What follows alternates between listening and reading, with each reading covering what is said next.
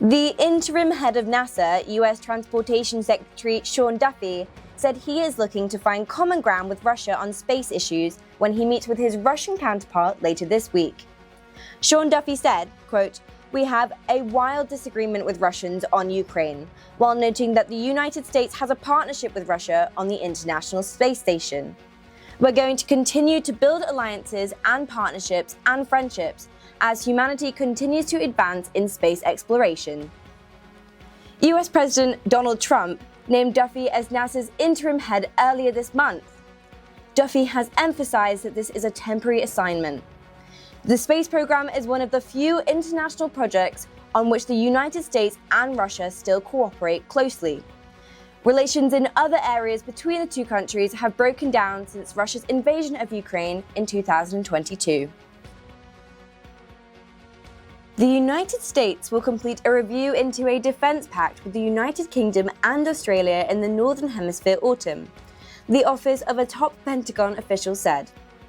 US President Donald Trump's administration said in June it had launched a formal review into the AUKUS defense deal, worth hundreds of billions of dollars, that will allow Australia to acquire US nuclear-powered submarines, causing alarm in Canberra. The review into the 2021 deal struck during the Biden administration is being led by Undersecretary of Defense for Policy Eldridge Colby, a public critic of the pact. AUKUS is Australia's biggest ever defense program, with Canberra committing to spending $240 billion over 3 decades to the program, which includes billions of dollars of investment in the US submarine production base. Australia said it will add YouTube to sites covered by its world-first ban on social media for teenagers, reversing an earlier decision to exempt the Alphabet-owned video-sharing site and potentially setting up a legal challenge. The decision comes after the internet regulator urged the government last month to overturn the YouTube carve-out, citing a survey that found 37% of minors reported harmful content on the site. "I'm calling time on it," Prime Minister Anthony Albanese said in a statement, highlighting that Australian children were being negatively affected by online platforms and reminding social media of their social responsibility. The decision broadens the ban, set to take effect in December. YouTube says it's used by nearly 3/4 of Australians aged 13 to 15 and should not be classified as social media because its main activity is hosting videos.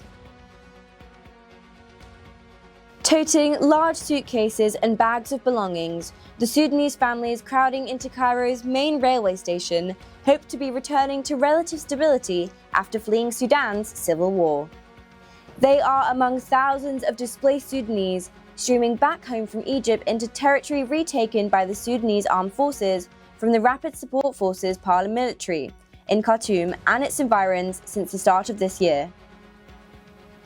The families were waiting to board a free train to the southern Egyptian city of Aswan, from where they would be taking buses to the Sudanese capital Khartoum. Over 4 million Sudanese fled to neighboring countries, including more than 1.5 million to Egypt, after war broke out between the army and the RSF in April 2023, according to figures from the International Organization for Migration. Since the start of this year, over 190,000 people have crossed the border from Egypt into Sudan, more than 5 times the number who returned in all of 2024. Saudi Arabia and France called on countries at the United Nations to support a declaration that outlines tangible, time-bound, and irreversible steps towards implementing a 2-state solution between Israel and the Palestinians.